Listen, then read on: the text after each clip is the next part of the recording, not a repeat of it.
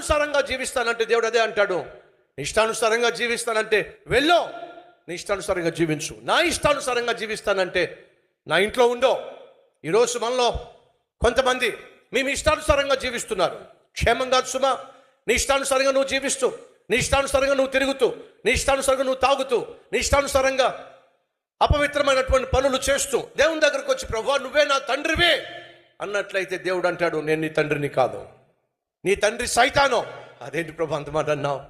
తప్పు చేసే, తప్పుడు పనులు చేసే ప్రతి ఒక్కడు కూడా సైతానుకు కొడుకో, సైతానుకు కూతురో. యూదులు వచ్చి మాట్లాడుతూ ఉన్నప్పుడు,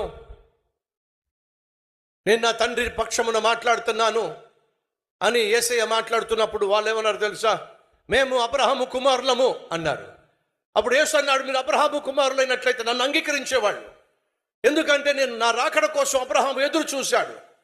మీరు అబ్రహాము కుమారులు కాదు, అబద్ధం ఆడుతున్నారు, అపవిత్రమైన పనులు చేస్తున్నారు. మీరు అబ్రహాము కుమారులు కాదు, మీరు సైతాను యొక్క పిల్లలో. ఖచ్చితంగా యేసుక్రీస్తు తేల్చి చెప్పేశాడు. పాపము చేసే ప్రతి ఒక్కడు కూడా ఆ పాపిష్టి వాడైనటువంటి సైతాను పుత్రుడు, పుత్రిక. అది వాస్తవం. ఒకవేళ నువ్వు దేవుని కుమారుడుగా, దేవుని కుమార్తెగా ఉండాలి అని అంటే నువ్వు చేసిన పాపములు క్షమించబడాలి, నీకు రావాల్సిన శిక్ష కొట్టివేయబడాలి, నువ్వు దేవుని కుమారుడిగా, కుమార్తెగా అంగీకరించబడాలి. వీళ్ళు చాలామంది చూపించారు, నేను నా పాపములు క్షమించబడినాయి, అయితే నువ్వు దేవునితో సమాధాన పడ్డా.